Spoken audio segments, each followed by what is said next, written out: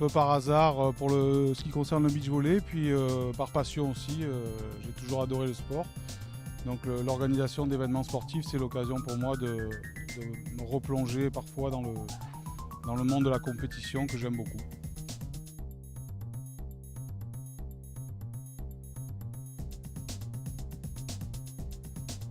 On a commencé il y a une quinzaine d'années un petit peu en bricolant. Et puis en 97, on a intégré un tournoi féminin à la compétition, ce qui n'était pas le cas au début.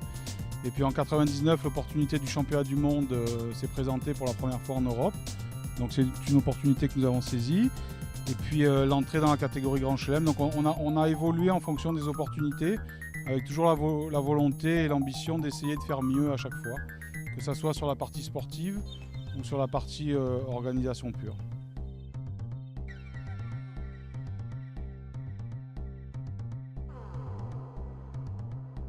Ici, nous avons un budget qui avoisine les 1,2 million d'euros. C'est vraiment, je dirais, la limite de ce qu'il faut pour arriver à faire un Grand Chelem. Je crois que dans la catégorie Grand Chelem, nous sommes 4 et probablement de loin le plus petit budget.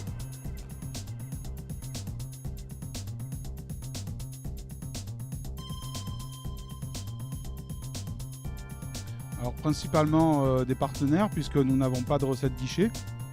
Donc aujourd'hui, les collectivités locales, Conseil général, partenaire principal, la mairie de Marseille, mais aussi la communauté urbaine et la région, et puis des partenaires privés comme la Caisse d'épargne, qui est un de nos partenaires depuis plus de 10 ans maintenant, qui nous aide à financer l'événement, y compris sur des parties relations publiques que nous avons développées depuis 7-8 ans maintenant, et qui nous permettent d'asseoir un petit peu plus le budget de l'événement.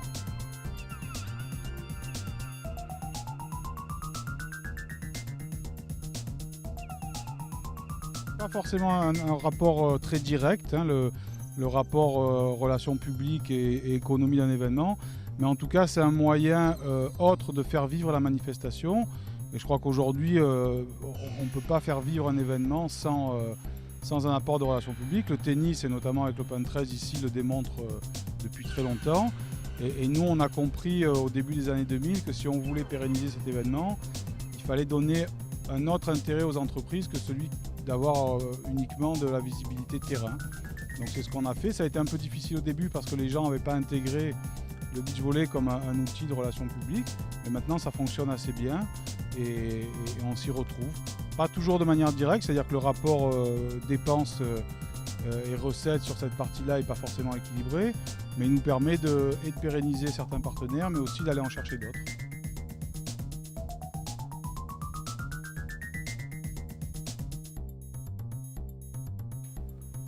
Ce qu'on peut dire, c'est que si on n'avait pas la passion du sport, ça fait longtemps qu'on aurait arrêté.